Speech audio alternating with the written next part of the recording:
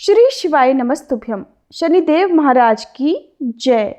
प्रिय श्रोताओं, आज दिनांक है 27 जून और दिन है शनिवार और आज ज्येष्ठ मास के शुक्ल पक्ष का शनि प्रदोष व्रत है और आज पूजा का शुभ मुहूर्त यानी प्रदोष काल का समय शाम 6:27 से लेकर 7:57 तक रहेगा। आज के इस शुभ अवसर पर आप सुनेंगे शनि प्रदोष व्रत की कथा और दशरथ कृत शनि स्तोत्र का हिंदी अनुवाद भी। शनि प्रदोष व्रत के महात्म्य को गंगा जी के तट पर किसी समय वेदों के ज्ञाता और भगवान के भक्त सूत जी ने शौनक आदि ऋषियों को सुनाया था। श्री सूत जी ने कहा है कि कलयुग में जब मनुष्य धर्म के आचरण से हटकर अधर्म की राह पर जा रहा होगा, हर तरफ अन्याय और अनाचार का बोलबाला होगा, मानव अपने कर्तव्य से विमुख होकर नीच कर्म में संलग्न होगा, उस समय प्रदोष व्रत ही ऐसा व्रत होगा जो मानव को शिव जी की कृपा का पात्र बनाएगा और नीच गति से मुक्त होकर मनुष्य उत्तम लोक को प्राप्त होगा।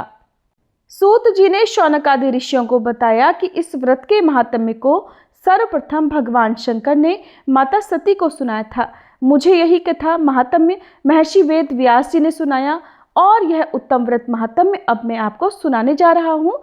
ध्यानपूर्वक श्रवण करो। शनिवार को प्रदोष काल में त्रयोदशी तिथि हो तब उसे शनि प्रदोष कहा जाता है। शनि प्रदोष व्रत सभी प्रदोष व्रतों में सबसे महत्वपूर्ण है। संतान प्राप्ति के लिए शनि प्रदोष व्रत एक अचूक उपाय है।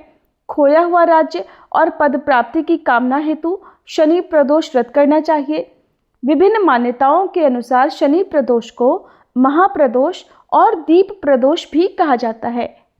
अगर कोई व्यक्ति लगातार 4 शनि प्रदोष करता है तो उसके जन्म जन्मांतर के पाप मिट जाते हैं, साथ ही वह पितृ ऋण से भी मुक्त हो जाता है। अगर संभव हो तो शनि प्रदोष को सायंकाल में 1000 अथवा 100 या फिर कम से कम 32 दीपक किसी शिव मंदिर में जरूर जलाएं।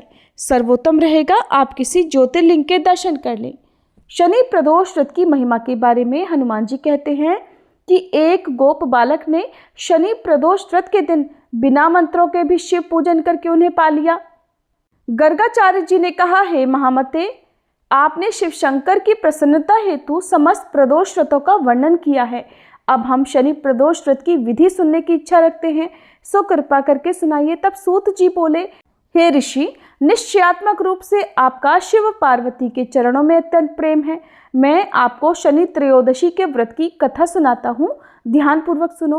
पुरातन कथा है कि एक निर्धन ब्राह्मण की पत्नी दरिद्रता से दुखी होकर शांडिल्य ऋषि के पास जाकर बोली, हे महामुने, मैं अत्यंत दुखी हूँ, दुख निवारण का कोई उपाय बतलाइए। मेरे दोनों पुत्र आपकी शरण में हैं। मेरे ज्येष्ठ पुत्र का नाम धर्म है जो कि राजपुत्र है और लघु पुत्र का नाम शुचि व्रत है, अतः हम दरिद्री हैं, आप ही हमारा उद्धार कर सकते हैं। इतनी बात सुनकर ऋषि ने शिव प्रदोष व्रत करने के लिए कहा। तीनों प्राणी प्रदोष व्रत करने लगे। कुछ समय के बाद प्रदोष व्रत आया, तब तीनों ने व्रत का संकल्प लिया। छोटा लड़का जिसका नाम शुचि व्रत था, वह एक तालाब पर स्नान करने को गया तो उसे मार्ग में स्वर्ण कलश धन से भरपूर मिला, जिसको लेकर वह घर आया। उसने अपनी माता से कहा, माँ, ये धन मार्ग से प्राप्त हुआ है। माता ने धन देखकर शिव जी की महिमा का वर्णन किया।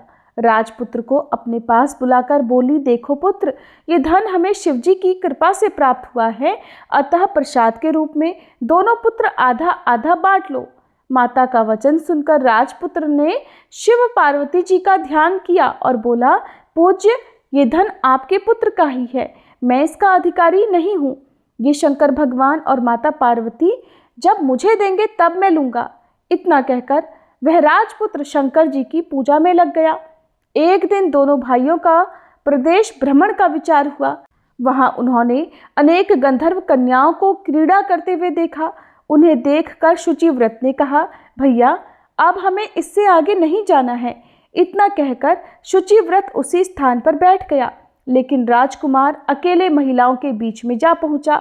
वहां एक स्त्री अति सुंदर राजकुमार को देखकर मोहित हो गई और राजकुमार के पास पहुंचकर कहने लगी, हे मित्रों, इस जंगल के पास एक और जंगल है, तुम वहां जाकर देखो, भांति भांति के पुष्प खिले हैं।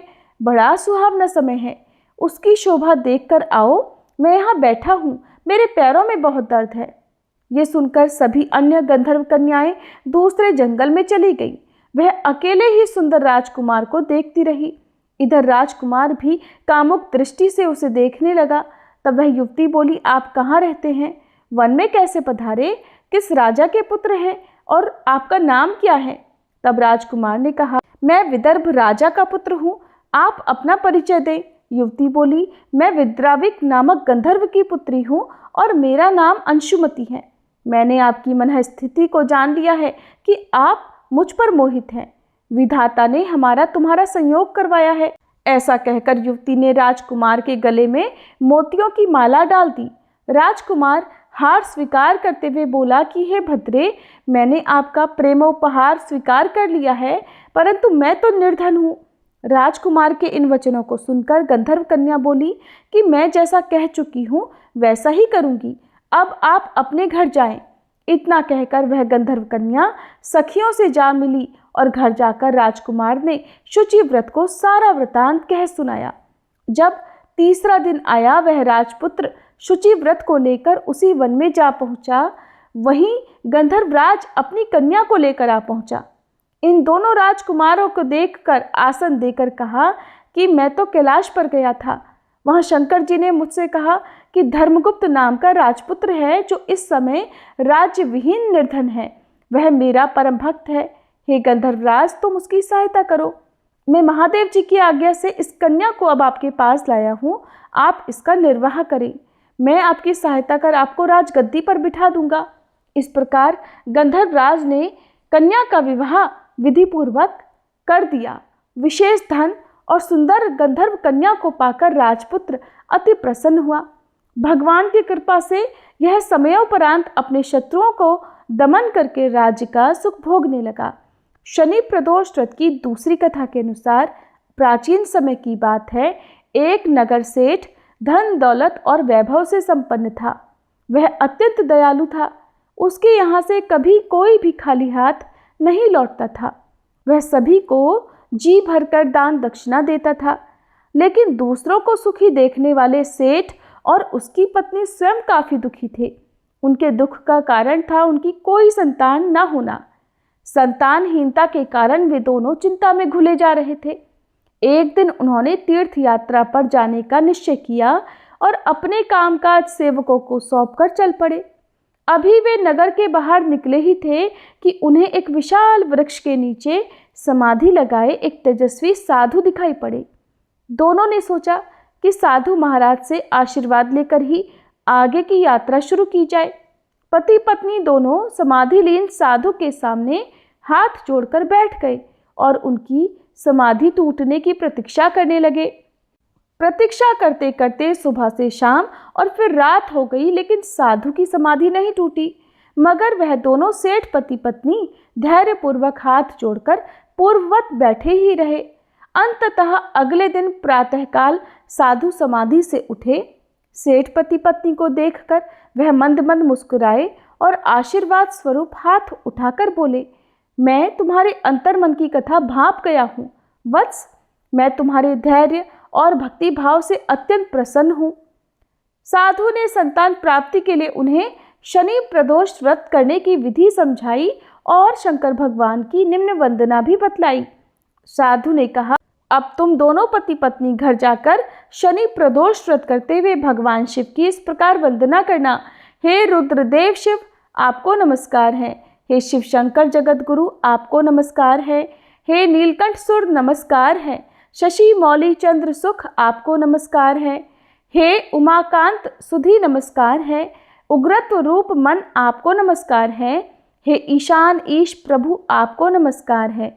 विश्वेश्वर प्रभु शिव, आपको बारंबार नमस्कार है। इस प्रकार साधु के मुख से वचन सुनने के बाद फिर वे दोनों पति पत्नी तीर्थ यात्रा करने चले गए और तीर्थ यात्रा के बाद दोनों वापस घर लौटे और नियम पूर्वक शनि प्रदोष व्रत करने लगे। बाद में सेठ जी की पत्नी ने एक सुंदर स्वस्थ पुत्र को जन्म दिया। शनि प्रदोष व्रत के प्रभाव से उनके यहाँ छाया अंधकार लुप्त हो गया और वे दोनों आनंद पूर्वक रहने लगे। ये थी शनि प्रदोष व्रत कथा। अब सुनिए शनिदेव की कथा। एक समय की बात है, एक ब्राह्मण राजा के महल के मुख्य द्वार पर बुरी आत्माओं से बचाव का काम करता था। एक दिन उसने एक अजीब सी आवाज सुनी तो वह डर गया। कई दिनों तक उसे वह आवाज सुनाई देती रही। उसने कभी भी उस रहस्यमय आवाज के बारे में अपनी पत्नी को नहीं बताया और उसका स्वास्थ्य दिन प्रतिदिन खराब होता गया। वह कमजोर होता गया। एक दिन उसकी पत्नी ने कहा, मैं तुम्हें पौष्टिक भोजन देने की पूरी कोशिश करती हूँ, फिर भी तुम्हारी सेहत खराब हो रही है। तुम्हें क्या हुआ है? कुछ समय तक तो वह चुप रहा। फिर उसकी पत्नी ने उसे बहुत समझाया कि उसे अपने मन की बात बता देनी चाहिए ताकि जो तनाव इतने दिनों से उसे मिल रहा है उससे छुटकारा पाया जा सके, कोई उपाय सोचा जा सके। ब्राह्मण ने कहा, मुझे हर शनिवार एक अजीब सी आवाज़ सुनाई देती है और वह आवाज़ कहती है कि वह हमारे राजा को कष्ट देना चाहती है और उस कष्ट की अवधि 7.5 साल, 2.5 साल, 2.5 महीने, 2.5 दिन या कम से कम 2.5 पहर यानी 7.5 घंटे होगी। अब राजा कोई भी अवधि चुन सकता है, लेकिन कष्ट तो होना अनिवार्य ही लिखा है। ब्राह्मण की पत्नी ये सुनकर मुस्कुराई और बोली, आपने मुझे ये बात पहले क्यों नहीं बताई? राजा को तो बचाना ही होगा, चाहे हमें इसके लिए कुछ भी क्यों ना करना पड़े। आप 2.5 पहर का कष्ट सह लीजिए। आत्मा अगले दिन फिर महल में आई और वही संदेश दोहराया। अब की बार ब्राह्मण ने कहा, मैं राजा का कष्ट अपने ऊपर लेने को तैयार हूँ। आप 2.5 पहर तक मेरे ऊपर रह सकती हैं। आत्मा ब्राह्मण के इस प्रस्ताव से प्रसन्न हुई। फिर ब्राह्मण नदी के किनारे गए। वे ध्यान में समय बिताना चाहते थे। उन्होंने पानी की सतह पर 2 आम के फल तैरते हुए देखे। उन्होंने उन्हें ऊपर से पकड़ा और अपनी जांघ के नीचे रख लिया। राजा के राजकुमार पिछले 2 दिनों से शिकार पर गए हुए थे। वे अब तक वापस नहीं लौटे थे। इस कारण राजा बहुत बेचैन व्याकुल थे। उन्होंने राजकुमारों को खोजने के लिए अपने दूतों को अलग अलग दिशाओं में भेजा।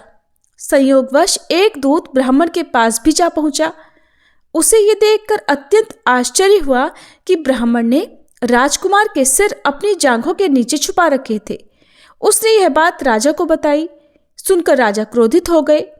उन्होंने ब्राह्मण को सूली पर चढ़ा देने का या फांसी देने का आदेश दिया। राजा ने ब्राह्मण से उसकी अंतिम इच्छा पूछी तो ब्राह्मण ने कहा, कृपा करके मुझे 2.5 पहर तक मत मारना। राजा ब्राह्मण की यह बात मान गया। निर्धारित समय समाप्त होने पर ब्राह्मण के अंत की उसे सजा देने की व्यवस्था कर दी गई। ब्राह्मण का सिर गर्म लोहे की तलवार से काटा जाना था। जैसे ही वधकर्ता ने ब्राह्मण पर आक्रमण किया, वह गर्म तलवार टुकड़े टुकड़े हो गई। वधकर्ता ने अब की बार गर्म चांदी की तलवार उठाई और वह तलवार भी ब्राह्मण की गर्दन को छूने से पहले ही टुकड़े टुकड़े हो गई। वधकर्ता ने गरम सोने की तलवार निकाली और अब की बार ब्राह्मण का सिर काटने का प्रयास किया। तीसरी तलवार का हाल भी कुछ ऐसा ही हुआ। वहां उपस्थित लोग इस चमत्कार को देखकर आश्चर्यचकित रह गए। अचानक वे दोनों राजकुमार भी वहां प्रकट हो गए। राजा उन दोनों राजकुमारों को देखकर बड़ा प्रसन्न हुआ और उन्हें गले लगाया और ब्राह्मण पर भी राजा ने दया दिखाई। राजा ने कहा, हे ब्राह्मण देव, ये क्या रहस्य है? इसे सबके सामने प्रकट कीजिए। इतनी बार मारने के बाद भी आपका बाल तक बांका नहीं हुआ। तब ब्राह्मण ने कहा, हे राजन, शनि आपको कष्ट देना चाहते थे। मैंने आपको और राज्य को बचाने के लिए आपका कष्ट अपने ऊपर ले लिया। शनिदेव ने आम को मानव सिर के रूप में प्रकट कर दिया था। क्या मैं राजकुमारों को मार सकता था? मैं तो हमेशा से इस राज्य का रक्षक रहा हूं। मैंने सदैव आपका और राज्य का भला ही चाहा है। राजा ने कहा, हे ब्राह्मण देव, मुझे तो आपकी बातों पर विश्वास नहीं है। मैं स्वयं शनिदेव को देखना चाहता हूँ और अगर आप मुझे नहीं दिखाएंगे तो आपके पूरे परिवार के सभी सदस्य चक्की में पीस दिए जाएंगे। अब की बार तो राजा की यह बात सुनकर ब्राह्मण देवता कांपने लगे। उन्होंने 1 सप्ताह का समय मांगा। इसके बाद वह अपने घर गए तो उनकी पत्नी ने, जो बहुत चतुर और बहुत बुद्धिमान थी, ब्राह्मण देवता को देखकर कहा, क्या बात है, आप पीले और भयभीत लग रहे हैं। क्यों डरे हुए हैं? ब्राह्मण देवता ने कहा, भाग्यवान, शनिदेव ने ही मुझ पर यह कष्ट डाला है। मैं तो तुम्हारी सलाह मानकर पहली बार बच गया। अब अगर मैंने शनि ग्रह को राजा के सामने प्रकट नहीं किया तो हम सब चक्की के पहियों के नीचे कुचल जाएंगे। ब्राह्मण की पत्नी ने कहा, धैर्य रखो, आपने एक नेक काम के लिए अपनी जान जोखिम में डाली है। शनिदेव हमारी सहायता अवश्य करेंगे। ब्राह्मण ने चैन की सांस ली। तब उनकी पत्नी ने कहा, राजा से कहो कि आने वाले शनिवार को वह सुबह जल्दी उठे। शनिदेव काले पर्वत के नीचे काले घोड़े पर सवार होंगे। वे तेल से भीगे हुए काले कंबल से ढके होंगे। राजा उनके दर्शन कर सकते हैं। अगले शनिवार को ब्राह्मण राजा को काले पर्वत पर ले गए। एक काली परछाई काले घोड़े पर सवार थी। राजा ने पूछा, तुम कौन हो? शनिदेव ने कहा, राजन, मैं शनि हूं। मैं गरीबों और राजाओं दोनों को एक समान रूप से कष्ट देता हूं। मैं किसी में कोई भेदभाव नहीं करता। राजा ने कहा, तब शनिदेव हम आपके प्रकोप से कैसे बच सकते हैं? शनिदेव ने कहा, धनवानों को शनिवार को एक काला घोड़ा या 1.25 मन सोना दान करना चाहिए। मध्यम आय वर्ग के लोग लोहा और काले कंबल दान कर सकते हैं। निर्धन लोग तेल लगी रोटी एक काले कुत्ते को दे सकते हैं। और भी निर्धन लोग एक पीपल के पेड़ में जल अर्पित कर सकते हैं और पीपल की जड़ में थोड़ा गुड़ रख सकते हैं। पेड़ को कच्चे सूत या कच्चे धागे से लपेट सकते हैं। सुनकर ब्राह्मण देवता ने कहा, हे शनिदेव, आप कृपया हमारे राजा को कष्ट मत दीजिए। राजा पर आपका प्रकोप अगर हुआ तो वह हमारे नगर को भी प्रभावित करेगा।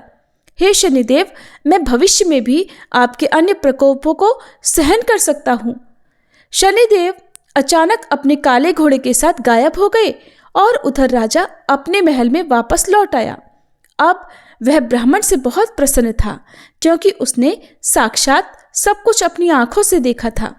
जब ब्राह्मण की पत्नी ने सारी घटना अपनी पत्नी को बताई तो सुनकर वह भी बहुत प्रसन्न हुई और इस प्रकार से राजा भी शनिवार के नियमों का पालन करने लगा। अब तो उसने पूरे राज्य में घोषणा करा दी कि हर कोई अपनी सामर्थ्य, अपनी श्रद्धा के अनुसार शनिदेव का पूजन किया करे ताकि शनिदेव के प्रकोप से बचा जा सके। ये थी शनिदेव महाराज की कथा। सभी प्रेम से बोले शनिदेव की जय। अब सुनिए दशरथ कृत शनि स्तोत्र पाठ हिंदी में। जिनके शरीर का वर्ण कृष्ण नील तथा भगवान शंकर के समान है, उन शनिदेव को नमस्कार है। जो जगत के लिए कालाग्नि और कृतांत रूप हैं, उन शनैश्चर को बारंबार नमस्कार है। जिनका शरीर कंकाल जैसा मांसहीन तथा जिनकी दाढ़ी मूछ और जटा बड़ी हुई है, उन शनिदेव को नमस्कार है। जिनके बड़े बड़े नेत्र, पीठ में सटा हुआ पेट और भयानक आकार है, उन शनैश्चर देव को नमस्कार है। जिनके शरीर का ढांचा फैला हुआ है, जिनके रोएं बहुत मोटे हैं, जो लंबे चौड़े किंतु सूखे शरीर वाले हैं और जिनकी दाढ़ें काल रूप हैं, उन शनिदेव को बारंबार प्रणाम है। हे शनैः, आपके नेत्र कोटर के समान गहरे हैं। आपकी ओर देखना कठिन है। आप घोर रौद्र, भीषण और विकराल हैं। आपको नमस्कार है। वलीमुख, आप सब कुछ भक्षण करने वाले हैं। आपको नमस्कार है। सूर्यनंदन, भास्कर पुत्र, अभय देने वाले देवता, आपको प्रणाम है। नीचे की ओर दृष्टि रखने वाले शनिदेव, आपको नमस्कार है। संवर्तक, आपको प्रणाम है। मंद गति से चलने वाले शनैश्चर, आपका प्रतीक तलवार के समान है। आपको पुनः पुनः प्रणाम है। आपने तपस्या से अपनी देह को दग्ध कर लिया है।